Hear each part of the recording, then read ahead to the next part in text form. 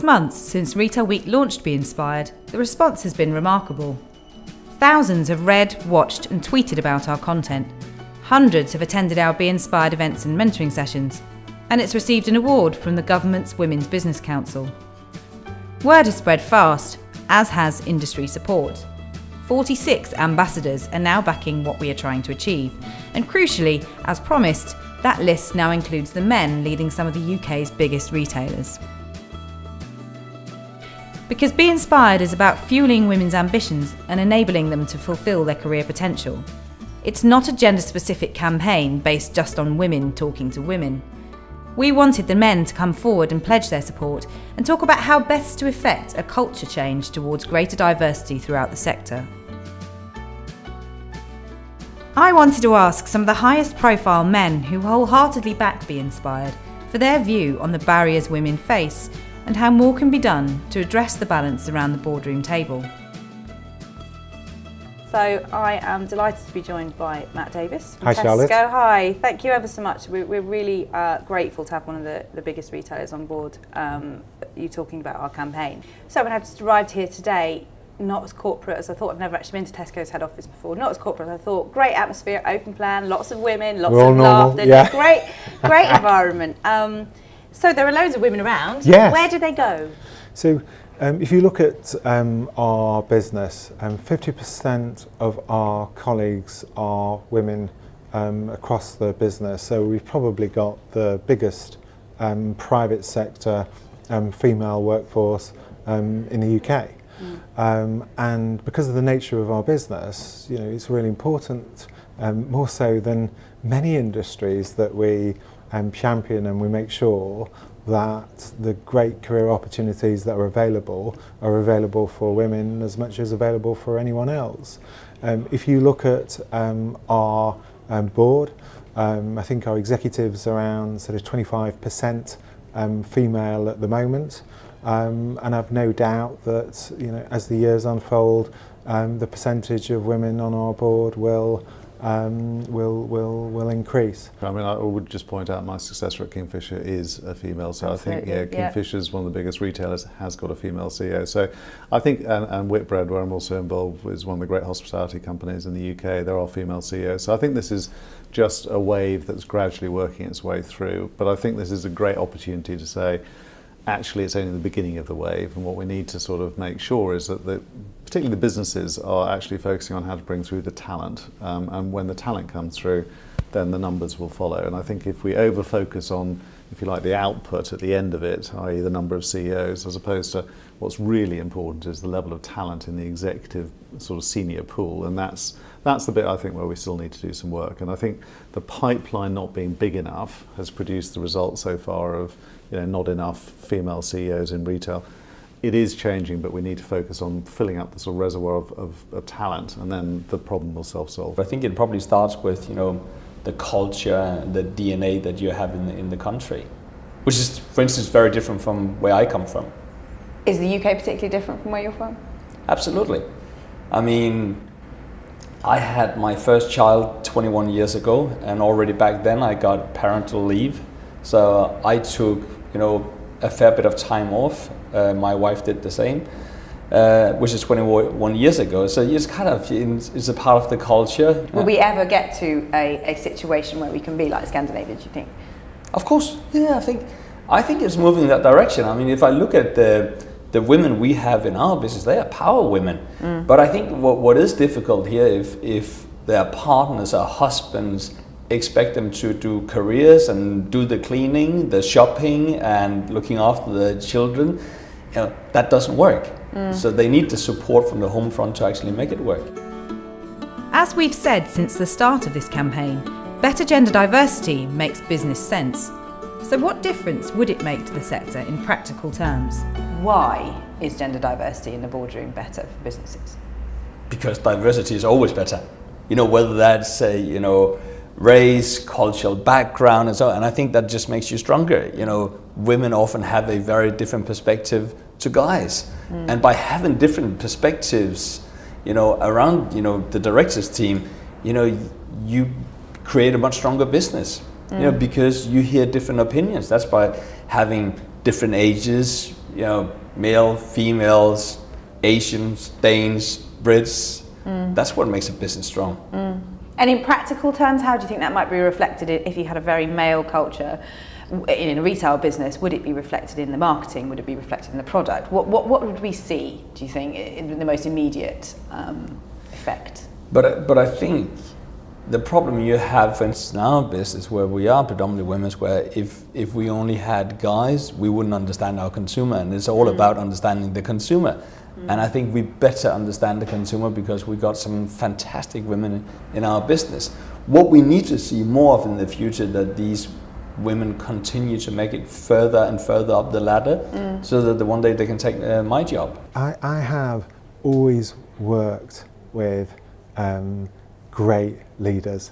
Some of those leaders have been male, some of those leaders have been female. If I think back to, you know, my early days with Pets at Home, you know, right through to Halfords and right through to Tesco, there've always been some brilliant retail leaders that I would hold up to anyone as a role model.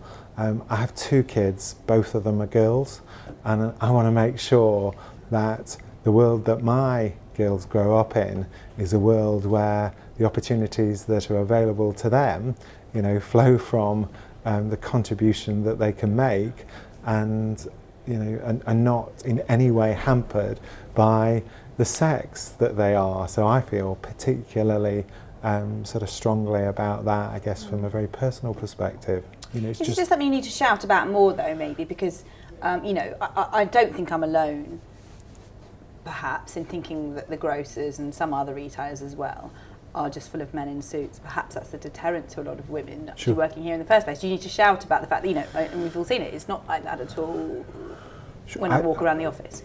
That's why we have to make sure that we champion the great female leaders that we have. The reality is that a lot of customers actually perceive businesses as purely being run by men in grey suits. You know, we know that from all the listening that we do. So look, the best decisions are made by a business that has a great mix of talent and capability, and if that board is a, you know, predominantly male board, there is absolutely no way that it can be driving the business forward in the same way as a board which is comprised of great men, great women that are around that table because they are the most talented people to run the business. The questions surrounding career progression for women in retail have been talked about for years. I wanted to know whether they think real progress has been made and what the future holds. And what are some of the barriers? I mean, we talked about the importance of role models and mentoring, and perhaps that hasn't been as prevalent as it could have been in many organisations. What are the other perceived barriers, do you think, to enabling women to reach their potential? Is it a confidence thing? Is it flexibility in the workplace?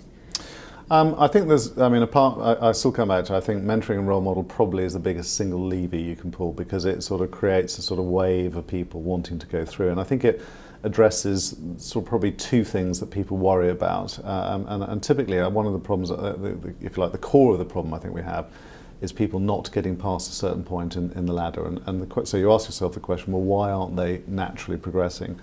And the 2 reasons we keep on hearing is, I'm not sure that's a job I'd want to do, which is a mixture of confidence, do I understand the job, am I, you know, willing to make some sort of trade-offs, and that sort of couples also with how flexibly have we structured the job. So for a lot of people, going back to the B&Q example, the store manager role was structured in a particular way which made it pretty tough to have a sort of family life and didn't make much in the way of allowances.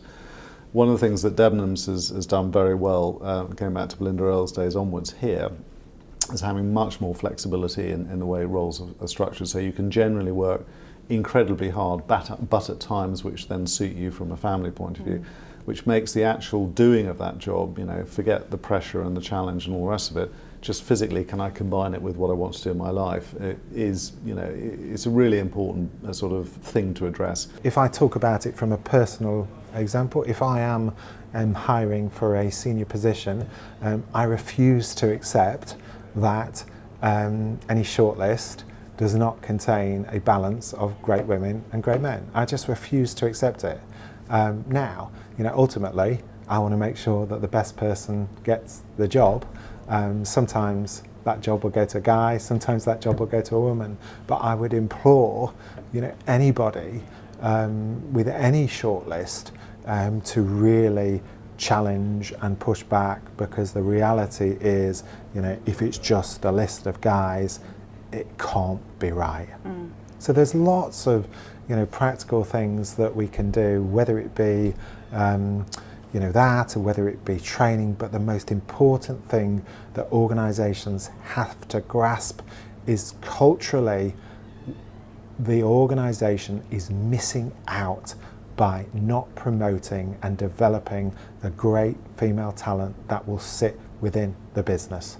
So I think retail is not fantastic, but it's probably better. But there's so much more to be done, and it needs to be on the agenda, and there needs to be CEOs that want to promote women.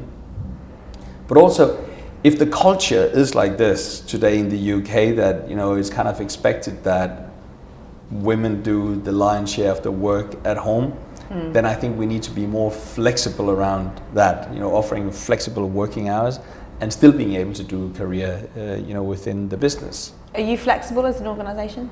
I think so. We've just introduced, like maybe 6-7 months ago, much more flexible working hours, and all the way up to a head of level. And one of the things we're discussing now, shouldn't that actually be amongst the directors as well? Because if we want to lead by example, shouldn't they be allowed to have flexible working hours? Do you feel like there is a lack of confidence often, that is people are holding themselves back rather than the environment around them?